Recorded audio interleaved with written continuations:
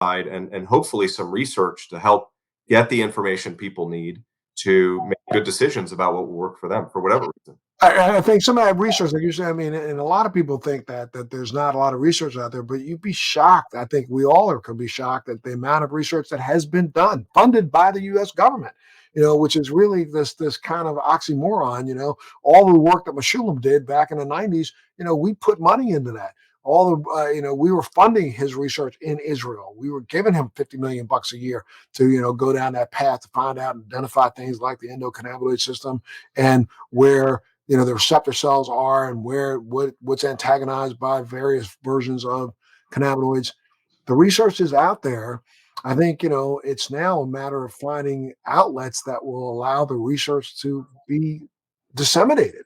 I mean, again, like I said, we've had some issues here where I'm not being careful to be careful, but I want to make sure that we stay more on the vein of information and education.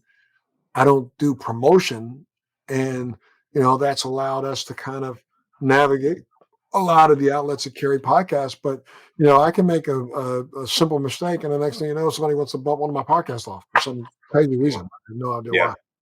yeah, Yeah. Well, having been at the pulse, I mean, you were considered, one of the, foremost authorities on the cannabis business in this country today. Just if you could maybe take a look, take us on a little journey of where we were, say, 5 years ago, and where we are today.